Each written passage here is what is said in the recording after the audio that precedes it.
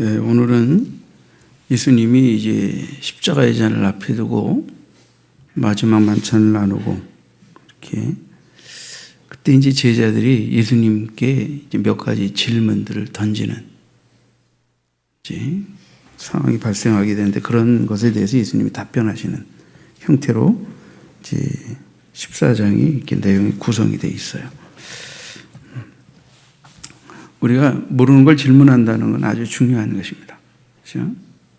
제자들이 아직 깨우치지 못하고 또 주님의 구속의 의미를 알지 못해서 그때의 상황의 시점에서 어리석고 우문일 수도 있겠지만 그러나 요한이 이런 것들을 자세히 우리에게 기록해서 전해주는 것은 그런 것 때문에 그들이 그런 질문 때문에 우리는 더 명확하게 주님의 계시의 말씀들을 접할 수 있게 되기 때문입니다.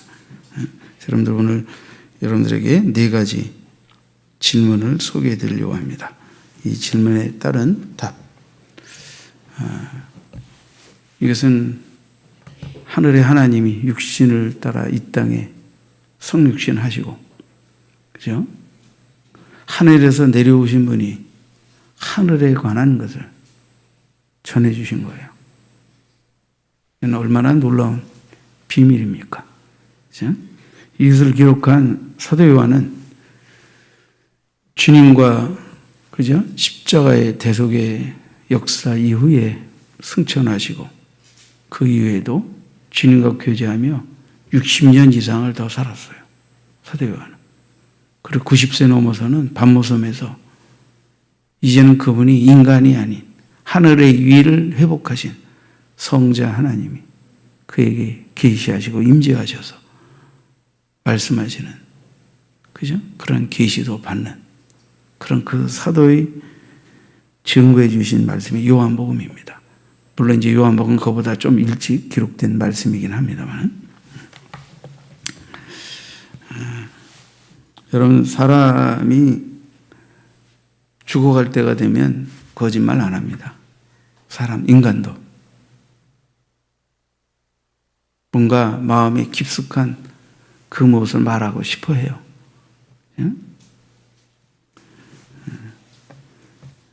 예수님은 곧 가시는데 제자들은 예수님이 곧 가신다는 걸 아직 실감하지 못하고 있죠. 그래서 제자들은 그동안 가르침받은 것에 대해서 확실하게 믿지 못하고 또 좀 어리석게 질문을 던지기는 하지만 그러나 예수님은 이 제자들이 누구입니까?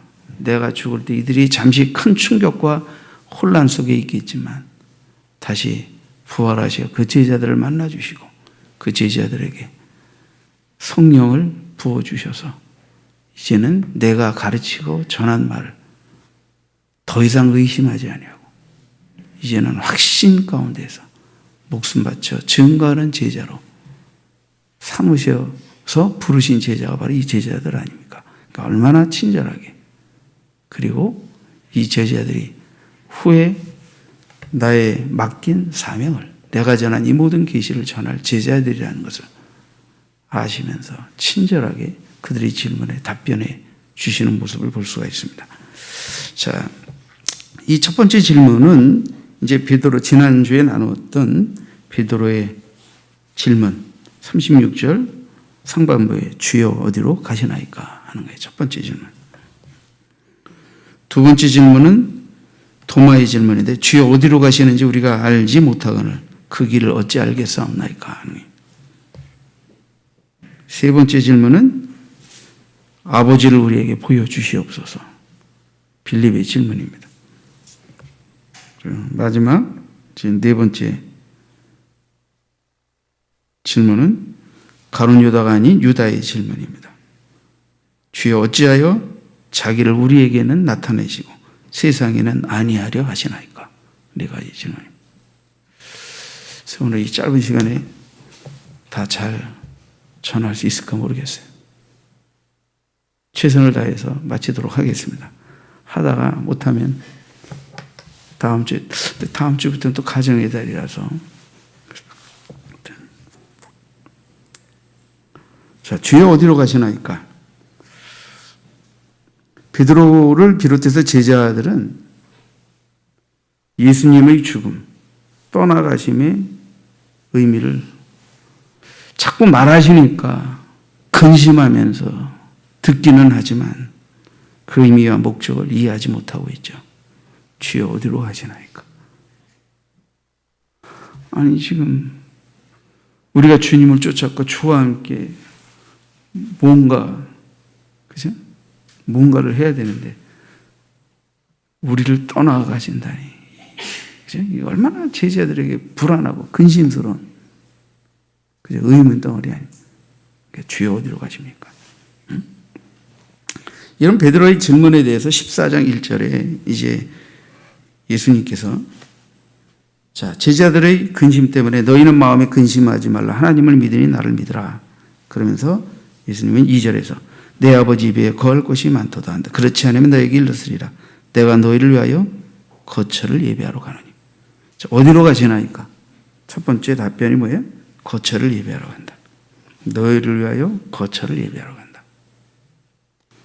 3절에 가서 너희를 위하여 거처를 예비하면 내가 다시 와서 너희를 내게로 영접하여 나 있는 곳에 너희도 있게 하리라. 두 번째는 다시 온다. 다시 온다 하는 거예요. 어디로 가시나이까? 거처를 예비하러 간다. 그리고 거처를 예비하면 다시 와서 너희를 나 있는 곳에 있게 하겠다. 뭐 어려울 건 없어요. 어려울 건 없어요. 이 거처라는 것은 당연히 하나님과 함께 영원히 거하는 장소를 말하죠. 모든 믿는 자들을 위하여 예비된 곳. 그것을 그래서 주님은 그곳에 우리를 이제 들이시기 위해서 그것을 예비하기 위해서 가신다. 근데 이제 또 하나 우리가 은유적으로 예수님이 거처를 예비하신다고 말할 때 우리가 죽음 이후에 영원히 거할 곳이라는 것을 직접적으로 말씀하시는 것이지만 또 하나 우리가 생각해 볼 것이 있어요. 바로 성령을 보내셔서 우리가 성령 하나님의 거처가 될 것이다 하는 이 부분에 관한 거예요. 그러니까 우리가 죽어서 영원한 처소에 가기 전에 이미 믿고 난 이후에 믿는 순간에 우리가 하나님의 거처가 된다. 성령 하나님의 거처가 된다.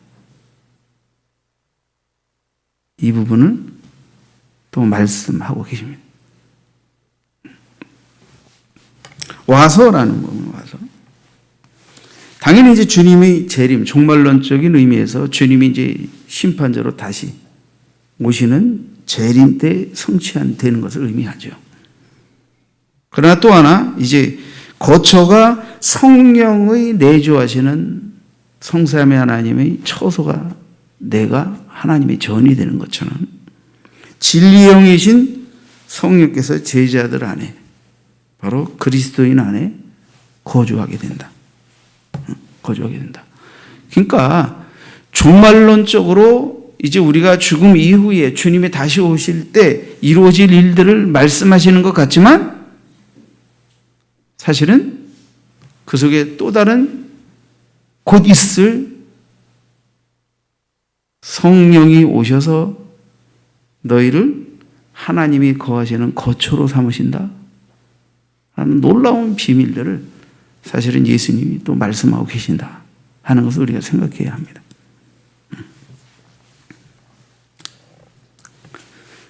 자, 거처라는 거예요.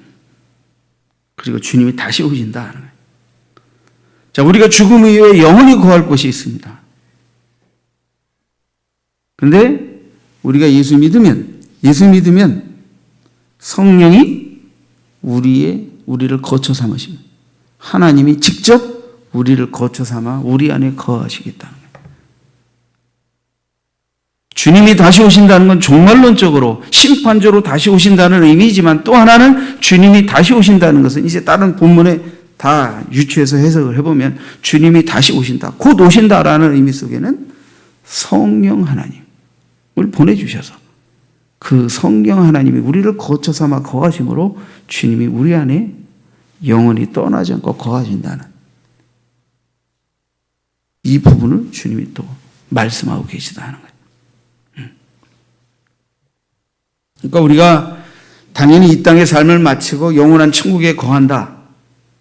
또 때가 되면 주님이 다시 오실 때 이제 뭐 구원의 완성이 이루어진다, 이런 말씀은 아주 중요한 말씀입니다만, 그보다 현재적으로 더 중요한 말씀은 뭐예요? 내가 예수 그리스도를 믿는 순간 성령의 전으로서, 우리가 하나님의 전으로서, 우리가 하나님의 거하실 처소로서 성별된다라는 의미. 이것은 아주 획기적인 주님의 가르침이라는 것입니다. 따라합시다. 나는 성령의 전이다. 고린도서 3장 16절 6장에도 다 언급되어 있습니다. 피값으로 사죄받은 성령의 전, 하나님의 전이라는 거죠. 그러니까 우리가 죽어서 영원한 천국에 가는 것도 당연히 소망으로 바라봐야 되겠지만, 실제는 예수 믿는 현재적인 삶 속에서 이미 내가 성령이 거하시는 주님의 몸된 전이 되었다. 그러니까 하나님은 영원하신 하나님, 무한하신 하나님인데, 그 하나님은 초월자이시기도 하지만 우리 안에 거하시고 우리와 함께 하시는 하나님이시다 라는 이 부분을 주님이 지금 이제 이 거한다라는 것을 통하여 이제 말씀하고 계신 것입니다. 그러니까 근심하지 말라는 거예요. 내가 떠난다고 그래서 근심하지 말라는 거예요. 내가 떠나는 것은 너희와의 영원한 이별이 아니고 너희를 버림도 아니고 바로 너희와 영원히 함께 있기 위하여 떠나는 거라는 거죠. 이제는 아예 너희 안에 영원히 거하여 있기 위하여 떠난다. 의미심장한 말씀을 사실 하고 계신 것입니다. 물론 제자들은 나중에 이해하고 깨닫게 되겠지만, 우리는 이미 성경을 다 들여다보고 있으니까 십자가를 통과하고 성령을 받고 그 이후에 시각에서 이 모든 성경을 보니까 지금 제자들에게 말씀하시는 예수님의 말씀을 우리는 아주 통으로 이해할 수 있지만, 이 말을 들을 때 제자들은 아직도 이걸 이해하지 못하죠. 그러니까 사실은 살아계신 예수님께 주의 제자로 부름받아 따르면서 직접 가르침을 받았던 제자들은 이 말을 온전히 이해하지 못하고 들었고, 우리는 지금 이걸 온전히 알고 이해하면서 들을 수 있으니까 우리가 더 복된 자죠. 두 번째 질문입니다. 주여 어디로 가시는지 우리가 알지 못하거늘 그 길을 어찌 알겠사옵나이까. 5절에 그랬는데 4절에 보면 내가 어디로 가는지 그 길을 너희가 아느니라. 내가 어디로 가는지 너희가 그 길을 안다 하고 말하는데 도마가 주여 모르겠습니다. 예수님은 너희가 내가 어디로 가는지 너희가 안다 라고 말했더니 도무지 모르겠습니다 라고 말합니다. 그래서 저기 신앙생활 하시다가 안 믿어지면 안 믿어진다고 말씀하시고 모르면 모른다고 말씀하셔야 돼요. 모르는데 아는 척하고 안 믿어지는데 믿는 척하면서 믿다가 그러시면 안 돼요. 아는 만큼 믿는 겁니다. 확신하는 만큼 믿는 거지. 믿어지지 않는 걸, 모르는 걸 억지로 믿으려고 하지 마세요. 이해하고 깨닫고 믿게 하시는 은혜 속에서 믿어지는 거지. 그렇죠?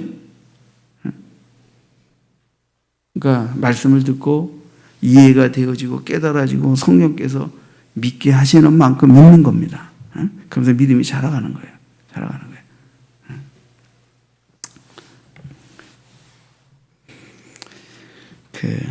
주여 어디로 가시는지 우리가 알지 못하거늘 그 길을 어찌 알겠사옵나이까. 그 길을 안다는 제자들에게 말씀하신 예수님은 그 길을 모르겠는데요 라는 또 다른 질문을 받으니까 얼마나 참 황당합니까?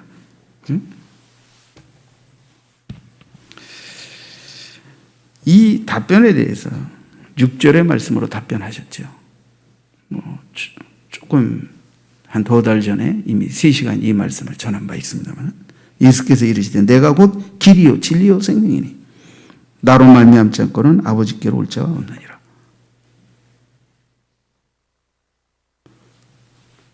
주여 어디로 가시는지, 주님 뭐예요? 내가 길이요 진리요 생명이니 나로 말미암지 않고는 아버지께로. 그러니까 어디로 간다? 아버지께로 간다. 내가 아버지께로 가는 그 길이다. 예수님이 십자가의 대속적 죽음은 우리가 그 대속의 은혜를 믿음으로 아버지께로 나아가는, 아버지 예비하신 영원한 천국에서 영원토록 주와 함께 거하며 영생을 누리게 되는 그 길이다. 길이다. 내가 그 길이다. 그러니까 내가 그 길이요, 아버지께로 가는 그 길이요, 이렇게 말씀하실 때 그것은 아버지께로 구속받은 백성으로 나아가도록 하기 위한 죽음과 부활, 승천, 다시 오심, 이 모든 것들을 함축하시면서 바로 아버지께로 나가는 길이다. 나도 아버지께로 가고 너희도 나로 말미암아 아버지께로 온다 라는 말씀을 하고 계십니다.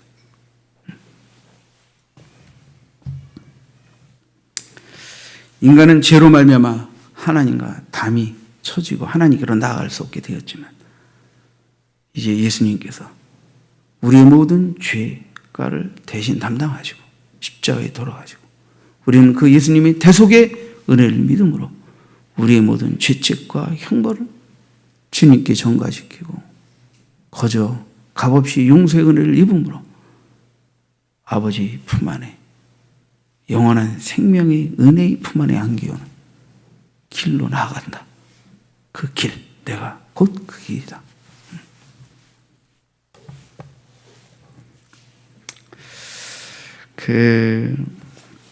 사도행전에 보면요. 사도행전에 보면, 자, 제자들이 이때는 아리송하지만 이제 부활하신 주를 만나고 또 약속받은 성령을 받고 난 이후에 베드로가 이제 요한과 함께 성전에 나아가서 기도할 때 이제 안진뱅이를 일으키게 되죠. 그리고 5,000명이나 회개하고 구원받는 역사가 있게 되죠. 그렇게 되니까 사도행전 4장에 보니까 대제사장 안나스와 가야바, 요한과 알렉산더와 및 대제사장의 문중이 다 참여해가지고 사도들을 불러들여서 묻습니다. 사도행전 7장에 너희가 무슨 권세와 누구의 이름으로 이 일을 행하였느냐. 그들도 안진뱅이가 일어난 사건, 부인할 수가 없는 거예요. 그들도 아니까. 그들도 그가 누구인지를 아니까. 8절에 베드로가 성령이 충만하여 이르되 백성의 관리들아 장로들아, 만일 병자에게 행한 착한 일에 대하여 이 사람이 어떻게 구원을 받았느냐고 오늘 우리에게 질문한다면, 그러니까 이 정말 대제사장뿐 아니라 예루살렘의 모든 사람 중에서 이 안진뱅이가 누구인지 모르는 사람입니다. 이 사람이 지금 걷게 되었다는 걸, 그 이유를 묻는다면 10절에 너희와 모든 이스라엘 백성들은 알라. 너희가 십자가에 못 박고 하나님이 죽은 자 가운데서 살리신 나사렛 예수 그리스도의 이름으로 이 사람이 건강하게 되어 너희 앞에 섰느니라. 누구의 이름으로 무슨 권세로 이 사람을 일으켰느냐, 안진뱅이를 일으켰느냐 라고 물으니까 예수님이 너희가 십자가에 못 박고 너희가 십자가에 못 박아 죽인 그 예수, 그러나 하나님이 죽은 자 가운데서 살리신 나사렛 예수 그리스도의 이름으로 이 사람이 건강하게 되어 너희 앞에 서 있다. 서 있다. 라는 놀라운 소식을 베드로가 성령이 충만하여 전하고 있는 것입니다. 이것이 당시대 제사장과 그 가말리엘이나 그 사내들인의 그 모든, 그죠? 이 종교, 예수님의 십자가에 못 박아 죽인 일에 앞장섰던 그 종교 당파들은 이 말에 경악할 수밖에 없죠. 부인할 수도 없고 꼼짝 못하는 거죠, 지금. 너희가 십자가에 못 박아 죽인 나사렛 예수를 하나님이 다시 살리사 그 예수 그리스도의 이름으로 이 사람이 건강하게 되어 너희 앞에 서 있다. 지금 베드로가 내가 지금 뭐 능력이 많아가지고 그냥 이 사람을 일으킨 것이다 이렇게 말하는 게 아니에요. 너희가 십자가에 못 박아 죽인 예수를 하나님이 다시 살리사 그 예수의 이름으로 이 사람이 나 너희 앞에 서 있다. 서 있다. 그러니까 너희는 예수를 죽였지만 예수는 다시 살아나셨고 그 이름의 능력과 권세가 이 안진뱅이를 일으켜 낫게 한 것이다. 무슨 권세로? 누구의 이름으로? 주의 이름과 권세로. 부활하신 주의 이름과 권세로 이 일이 된 것이다 라고 말하는 것이죠. 그러면서 예수는 너희 건축자들의 버린 돌로서 진모퉁이 머릿돌이 되었느니라. 12절에 다른 이로서는 구원을 받을 수 없나니 천하 사람 중에 구원을 받을 만한 다른 이름을 우리에게 주신 일이 없음이라 하였더라. 다른 이로서는 구원을 얻을 수 없다. 다른 이로서는 구원을 얻을 수 있다. 하나님께서 천하의 사람 중에 구원받을 만한 다른 이름을 예수 외에 다른 이름을 주신 일이 없다. 예수 외에 예수 외에 예수를 믿음으로 예수님의 대속의 은혜를 믿음으로 하나님께로 나오고 구원을 얻는 이 일에 다른 이견은 없다. 다른 이론은 있을 수 없다.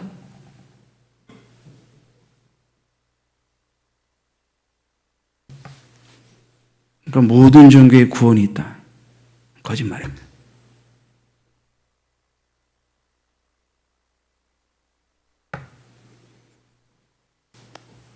종교의 구원이 있는 게 아니고 예수 믿음으로 구원하는 거예요. 응?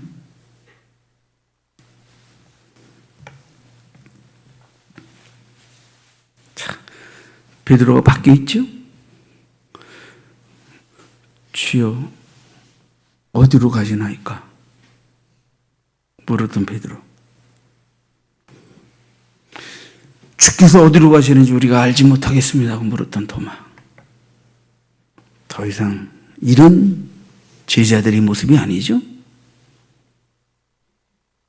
예수님은 아버지께로 가는 영원한 생명을 얻는 길이요 진리요 생명임을 확신한 주의 제자들이 성령의 능력으로 너희가 못 박아 죽인 예수를 하나님이 살리사 그 이름의 권세와 능력으로 이 안진뱅이가 일어나고 하루에도 이 5,000명이나 되는 사람들이 회개하고 주를 믿게 되었다고 증거하는 이 제자들의 힘찬 외침이 이렇게 어리석은 질문, 의심의 질문, 믿지 못하는 질문을 던질 때 이 제자의 모습과는 확 다르죠. 확 다르죠.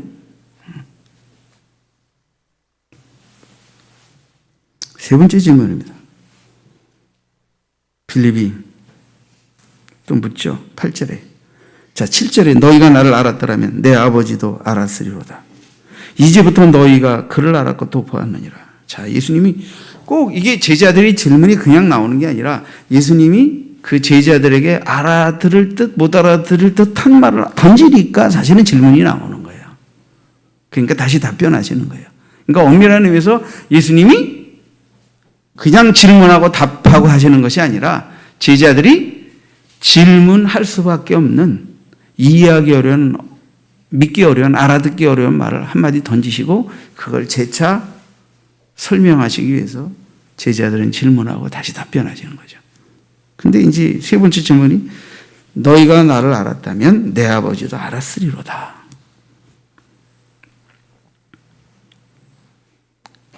너희가 나를 알면 내 아버지도 안다.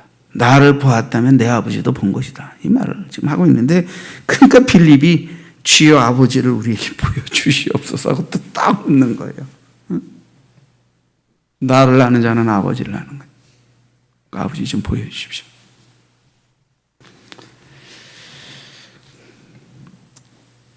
사실 빌립부터 제자들은 더 이상 아버지를 보여달라고 물어야 할 이유가 없죠. 왜냐하면 예수님이 이미 많은 이적과 표적을 행하시면서 나를 믿는 자는 아버지를 믿는 것이고 나를 본 자는 아버지를 본 것이고 나를 안다면 아버지를 아는 것이다.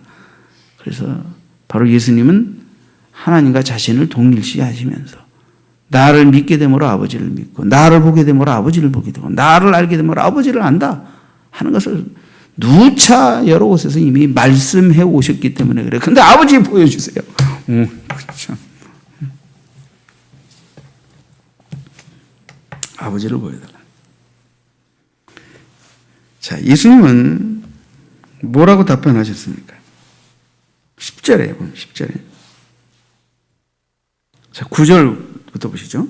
9절에 빌립아 내가 이렇게 오래 너희와 함께 있는데 있으되 네가 나를 알지 못하느냐 나를 본 자는 아버지를 보았거늘 어찌하여 아버지를 보이라 하느냐. 하나님은 영이시기 때문에 우리 육신으로 볼 수 있는 분이 아닙니다. 그러나 예수를 아는 자는 하나님을 알고 예수를 본 자는 하나님을 봅니다. 이 의미를 이해해야 돼요. 이 의미를.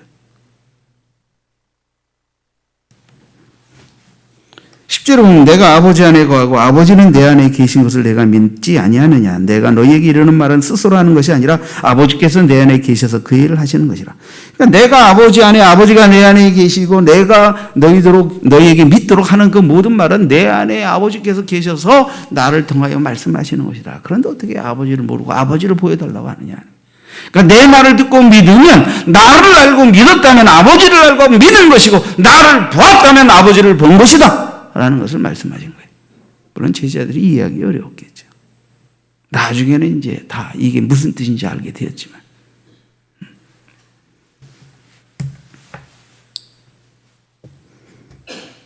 그래서 11절에 내가 아버지 안에 거하고 아버지께서 내 안에 계심을 믿으라. 그렇지 못하겠거든 행하는 그 일로 말미암아 나를 믿으라.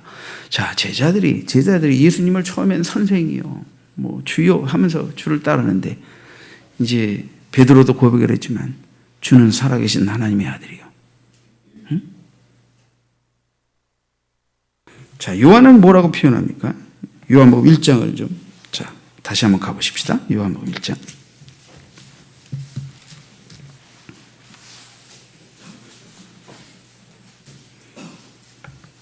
예수님이 누구신가? 1절에 보면 태초에 말씀이 계시니라. 자, 예수님은 태초에 계신 말씀이시다 하는 거예요. 요한이 밝히면 이 말씀이 하나님과 함께 계셨으니 말씀이신 예수 성자 하나님은 성부 하나님과 함께 계셨다. 태초에 이 말씀은 곧 하나님이시니라. 성부 하나님도 하나님이시고 성자 하나님도 하나님이시고 본질상 하나님이시다 하는 걸 말하는 거예요. 그가 태초에 하나님과 함께 계셨고 만물이 그로 말미암아 지음화되었으니 하나님도 창조주이시고 성자 하나님도 창조주이시다 하는 거예요. 응? 지은 것이 하나도 그가 없이는 된 것이 없느니라. 그러니까 사도 요한이 이 증거를 놓고 보면 뭐예요? 주님의 말씀을 믿는 자는 그 안에서 말씀하시는 하나님을 믿게 되는 것이고 말씀으로 만물이 지어진 것을 믿는 자는 하나님이 창조주이시며 하나님의 말씀으로 만물을 지으신 것을 믿게 되는 것이니까 우리가 눈으로 보는 것도 하나님의 지으심을 보는 것이요. 육신으로 지으신 일을 볼 수는 없다 하더라도 말씀을 믿음으로 지으신 일을 믿게 되는 것이고 알게 되는 것이고 보게 되는 것이라는 것을 말씀하고 계신 것이죠. 14절을 이야기하는 거죠. 14절. 자, 말씀이 육신이 되어 우리 가운데 거하시네. 자, 예수님이 이 땅에 성육신이 나신 것을 요한은 뭐라고 표현하냐면 말씀이 육신이 되어 우리 가운데 거하시네. 이 말씀은 어떤 말씀이에요?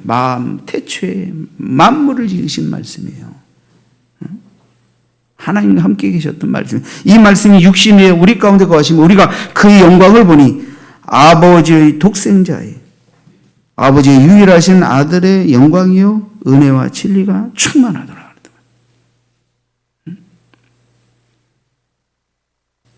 하나님과 함께 말씀으로 함께 계셨고 만물을 지은 바 된 그 말씀이신 하나님이 인간의 몸을 빌어 이 땅에 오신 독생하신 분이라니. 그러니까 아버지의 독생자의 영광이요 은혜와 진리가 충만했다.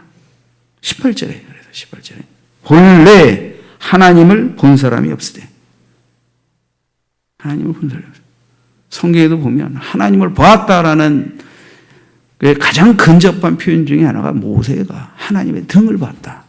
이 이상의 표현이 없어요. 그건 다 하나님의 임재를 느끼는 것이지 하나님을 어떤 형상으로 볼 수 있는 게 아니죠. 하나님이 계시다, 살아계신다 하는 것을 인간에게 느낄 수 있도록 자기 자신을 나타내시는 것뿐이지 하나님을 어떤 형상으로 그 누구도 볼 수 없는 거죠. 근데 보세요. 본래 하나님을 본 사람이 없으되 아버지 품속에 있는 독생하신 하나님이 나타내셨느니라. 독생하신 하나님이 나타내셨느니라. 그러니까 예수님이 말씀이신 하나님이 육신을 믿고 이 땅에 오신 그 예수님이 인간으로 오셨다고 해가지고 그럼 하나님은 누구냐? 그러니까 예수님 그리듯이 사람 모습을 그리면 안 돼요. 그렇죠? 응? 하나님은 인간이 아니세요. 하나님은 예수 그리스도를 통해 자신의 구속을 나타내시고 사랑을 나타내시러 인간의 몸으로 이 땅에 오신 것이지. 그것은 자기를 알고 믿도록 하고 구속을 받고 사랑을 체험하도록 하기 위해서 그런 것이지. 그래서 아버지 품속에 있는 독생하신 하나님이 나타나. 독생하신 하나님이 누구예요? 예수 그리스도시죠.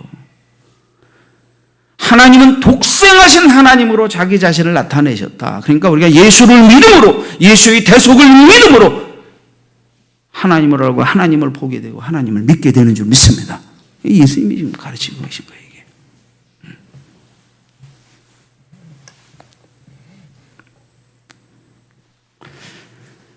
자, 그래서 이 빌립이 하나님을 보여달라.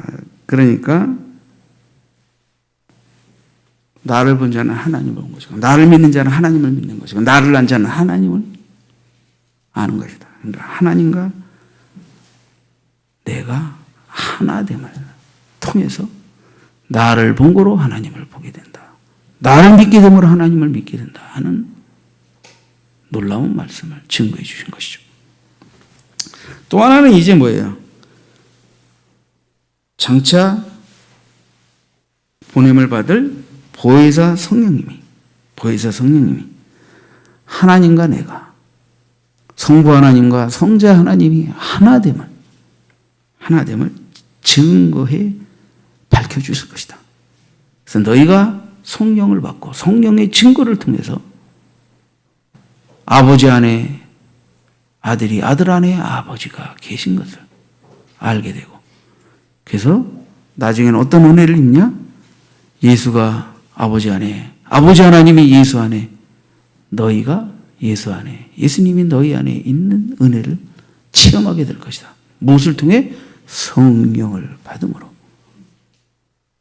그래서 성령이 오심으로 우리가 성삼위 하나님의 처소가 된다.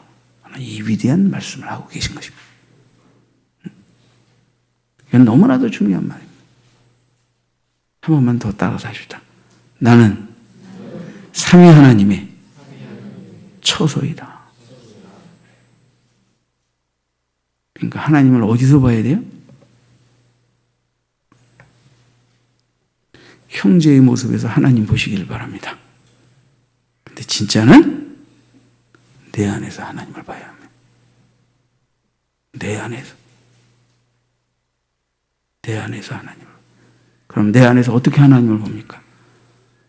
죄와 싸워 이기게 하신 하나님, 용서해 주신 하나님, 평강을 주신 하나님, 욕심으로 끌려다니며 하나님을 등을 보려고 할 때 다시금 말씀으로 인도하사 그 육을 누르고 아버지의 높으신 뜻에 복종하게 하신 하나님.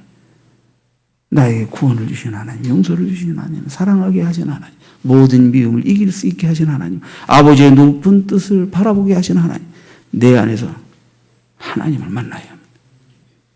하나님을 봐야 합니다. 아멘? 네.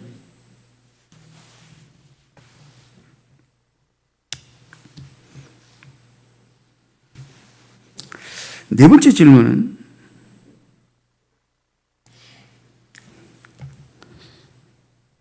이게 네 번째 질문까지 하면 또 네 번째 질문은 좀 남겨놓읍시다. 네 번째 질문이 주여 어찌하여 우리에게 나타내시고 세상엔 나타내지 않으십니까? 이게 이제 하나님의 계시에 관한 얘기인데요. 다음 시간에 하고 오늘은 좀 한 가지 간증을 하고 말씀을 마무리하겠습니다. 첫 번째, 두 번째, 세 번째 질문까지. 어디로 가십니까? 아버지께로, 거처를 예비하러. 그리고 다시 온다.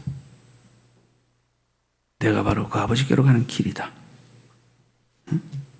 나를 본 자는 아버지를 봤다. 이게 지금 예수님의 가르침 아닙니까?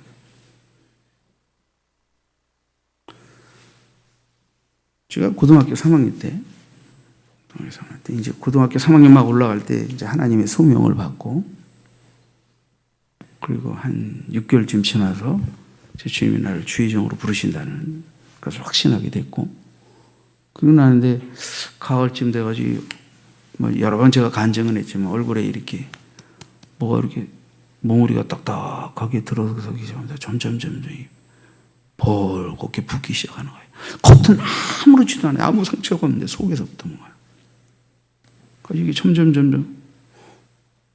그러니까 뭐 그때는 다 가난했던 시절에 아프다고 병원에 덥석덥석 못 가는 시절이에요. 지금은 또 항생제가 내성기생이라고 잘 안 팔 때지만 그때는 또 항생제도 뭐 이렇게 사면 팔. 이게 뭐예요? 이게 빨리 뭐 굼지도 않고 빨리 아물지도 않고 이렇게 벌게지면서 이게 뭐 거의 뭐 한 달 이상. 근데 시간이 가니까 이제 점점 빨갛게 달아오르고 나중에 이제 굼기 시작하는데, 그래서 그때는 이제 초신앙이지만 소명도 체험하고 제가 뜨거웠던 때이기 때문에 하나님 고쳐주세요. 기도하는데 고쳐주시기는커녕 점점 붉고 뻘개지고 많이 달아올라가지고 이 열이 오르기 시작하는데, 그래서 제가 너무 그때 몸이 안 좋아가지고 선생님께서 나에게 만년 족대증을 끊어주셨어요. 그래서 몸 상태에 따라서 학교 와서 출석하고 좀 공부하다가 또 알아서 집에 가고 병원 다니고 도서실 가고. 왜냐면 이게 지금 몸 상태가 너무 안 좋으니까 이게 뭐 멀겋게 달아. 여러분 이게 몸이요 머리 근처에 염증이 생겨서 이게 볼따구니가 이렇게 주먹댕이만하게 이렇게 붓기 시작하면서 뻘개지면요 정신이 없어요. 정신이 없어요. 다른 데 아픈 것보다 더 아파요. 머리 근처에 아픈 거.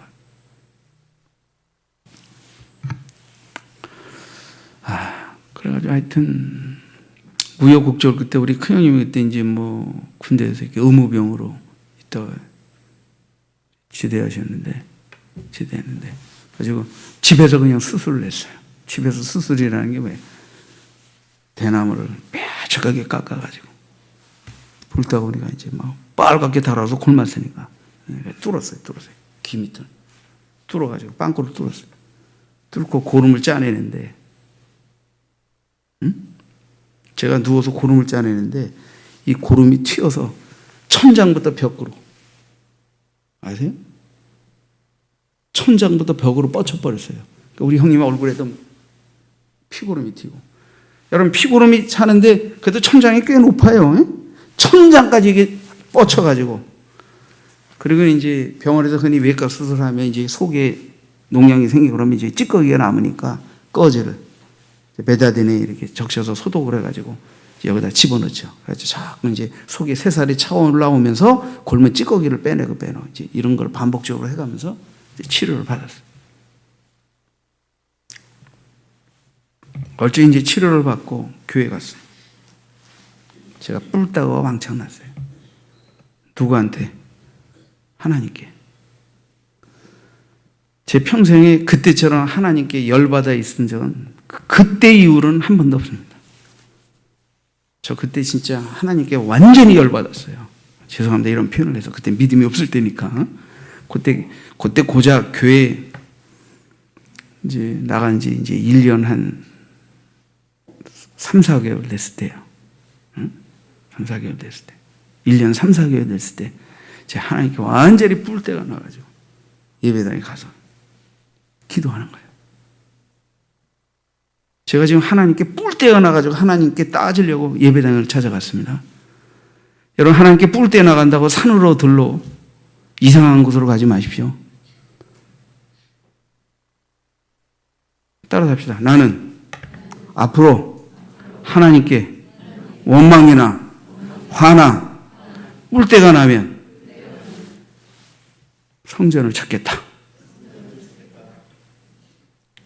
그러면요, 그 뿔 때가 해결이 돼요. 그 원망과 화가. 근데 뿔 때 난다고 딴짓 하지 마세요. 한 잔 제끼지 마세요. 그럼 해결 안 됩니다.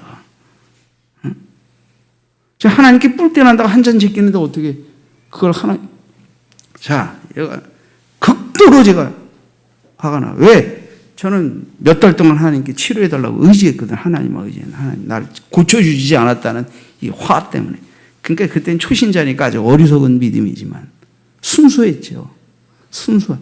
그래서 원래 이 순수하다는 건 좋게 말하면 순수한 거고 조금 부정적으로 표현하면 어리석은 거예요. 그렇죠? 그래서 여러분, 순수한 신자가 되시길 바랍니다. 대신 어리석으면 조금씩 떨구셔야 돼요.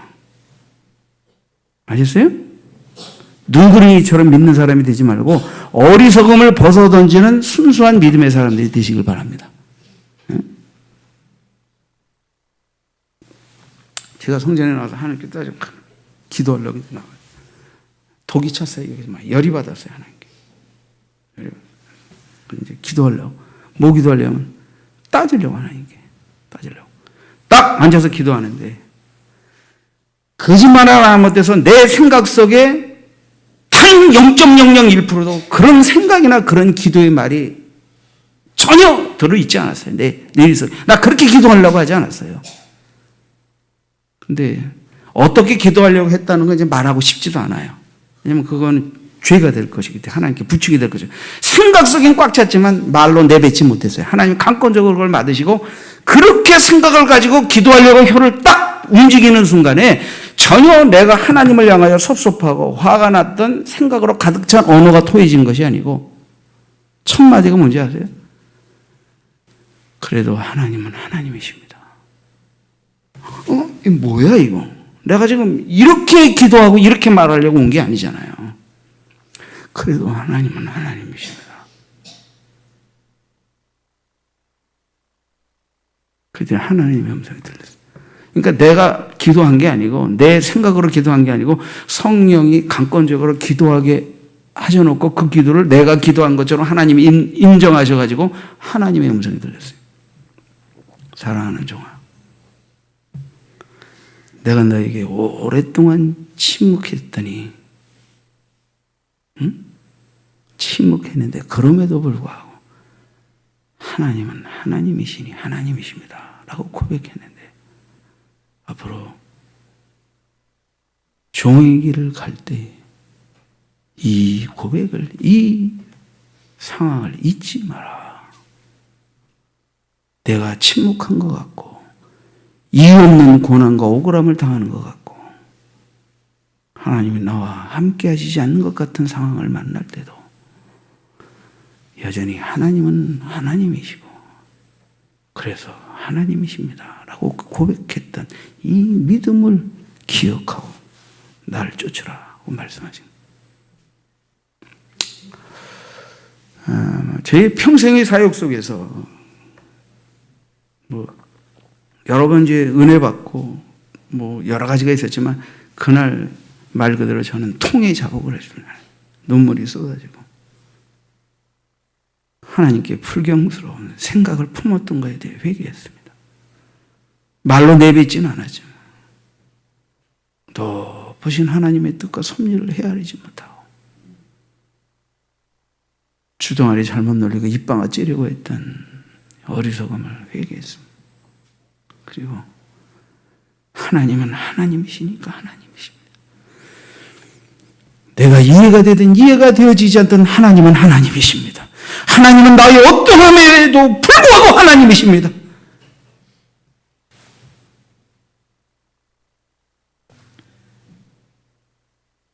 제가 욥기를 읽고 묵상하며 이 고백이 욥기인 것을 깨닫게 됐어요. 그래서 욥기 강의할 때도 말씀드렸죠. 그래서 그 이후로 저희 신앙의 패턴이 바뀌었어요. 신앙이란 내 어리석고 얄팍한 수준에서 내 뜻대로 내가 원하는 대로 하나님이 들어주세요, 이루어주세요, 이렇게 해주세요, 이렇게 하면서 신앙생활하는 게 아니구나. 그게 아니고 내 뜻대로가 아닌, 내 맘대로가 아닌, 내가 원하는 대로가 아닌 것에 대한 것에서 어떻게 하나님의 높은 생각과 뜻을 깨달을 수 있겠는가? 이걸 놓고도 기도하면서 하나님을 알아야 하고 하나님의 생각을 알아 하나님의 뜻을 헤아리는 은혜를 받아야 되는 거구나를 그때 배우게 됐어요. 그래서 저는 그때 이후로 제 형편이 어떠함과 상관없이 되어지고 안 되어지고 일이 이루어지고 안 이루어지고 신학교에 갔다 돈 없어서 휴학하게 되고 이런 일을 당해도 하나님 원망하지 않았습니다. 그 뒤로는 왜? 하나님께 배운 게 있기 때문에. 그 뒤로는 이거는 내 인간의 육신의 상황으로 잘 되고 안 되고 이거 가지고 하나님이 어떻다 할 일이 아니다. 그냥 기도하고 범사에 감사하면서 인내하면서 하나님의 높은 생각과 뜻을 헤아리려고 깨닫게 해주시려 줄 믿고 기도하면서 그냥 묵묵히 처한 한실에서 그냥 믿음을 버리지 않고 하나님을 바라보며 범사에 감사하며 걸어가면 다 때가 되면 하나님이 가르쳐 주신다. 여러분, 우리가 초신앙 때 내가 이렇게 기도해서 응답받았고 이렇게 해서 축복받았고 이렇게 해서 못했고 그것도 아름다운 것입니다만 여러분, 그것에 깊은 진리가 있는 게 아니에요. 그것은 조금 얕아요. 진짜 깊은 것은 내가 기도했는데 응답이 안 됐어요. 내가 원하는 대로 안 됐어요. 그런데도 하나님을 버리지 않고 선하심을 믿고 인내하며 기다렸더니 어느 날 보니까 거기에 깊은 이런저런 하나님의 섭리와 계획과 뜻이 있었어요.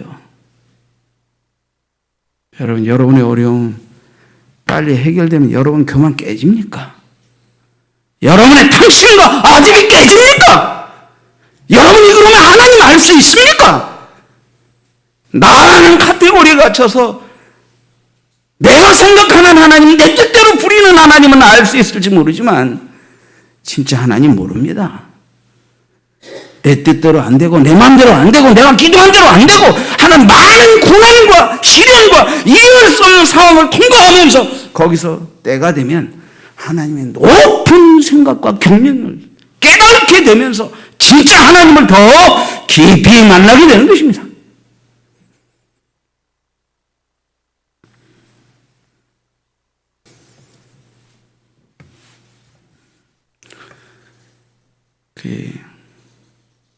저는 죄 중 한 사람이 어떻게 하나님을 알고 만나고 하나님을 향해 서 있는가? 이 간증을 제가 여러분들에게 드리는 이유는 제가 이 체험 때문에 신앙의 문제를 배운 것처럼 여러분들도 하나님의 깊은 속내를 배우고 깨달아 앓고 연단받고 깎여지는 이 길이 나를 위한 하나님, 내 뜻대로 들어주시고 응답해 주시는 하나님만 만나가지고는 안 된다는 거예요. 그래서는 안 된다는 거예요. 그 정도 수준에서 하나님을 깊이 알 수 있는 게 아니라는 거예요. 그걸 말씀드리려고 하는 것입니다. 언젠가 우리는 이렇게 고백할 수 있게 되는 겁니다. 하나님 아픔 주셔서 고맙습니다. 망하게 해주셔서 감사합니다. 이 고통 주셔서 감사합니다. 이 질병 주셔서 감사합니다. 그토록 부러지셨는데도 정말 안 돌아오 주시더니 이 깨달음 주시려고, 이 깊이의 은혜를 주시려고 고맙습니다. 뒷정리되는 날이 옵니다. 하나님은 살아계신 분이고 성삼위 하나님은 우리 안에 거처 삼아 영원히 우리 안에 내주 임재 역사하시는 분이기 때문에 절대 끝까지 답을 주시지 않는 분이 아닙니다.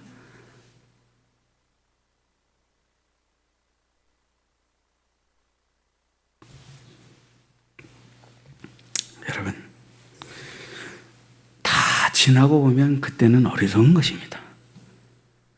그때 어리석었다는 건 지금 내가 조금 깨우쳤고 조금 믿음이 자랐고 조금 더 주님의 마음을 헤아리고 주님의 뜻을 분별하는 자가 되었다는 거 아닙니까? 그때는 어렵구나.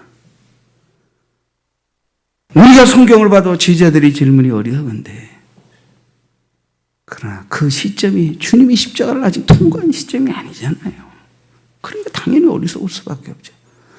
우리는 주님의 십자가를 통과하고 성령을 받았고 또 우리도 신앙의 여정 속에서 이런저런 은혜를 입었기 때문에 이 말들이 그렇게 어렵지 않게 다가오지만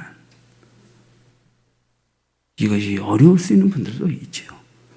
지금은 어려워도 지금은 믿어지지 않아도 지금은 그게 납득이 안 돼도 다 주님을 믿는 믿음의 걸음으로 인내의 걸음으로 하나님의 어떤 분인지를 확신하면서 오늘 이 목사님의 간증을 들어보니까 그래 나도 목사님처럼 그렇게 하나님을 끝까지 바라보면서 이해가 되든 이해가 되어지지 않든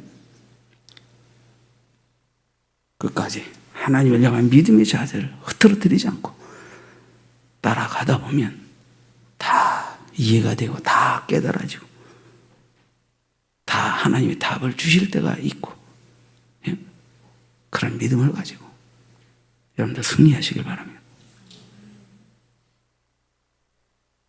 주님은 어디로 가십니까? 하나님 보고 싶습니다. 우리 보고 안다고 하는데 하나님 어디로 가시는지 주님 어디로 가시는지 모릅니다. 이게 제자들의 질문이었지만 그 질문에 답변하시는 주님은 우리에게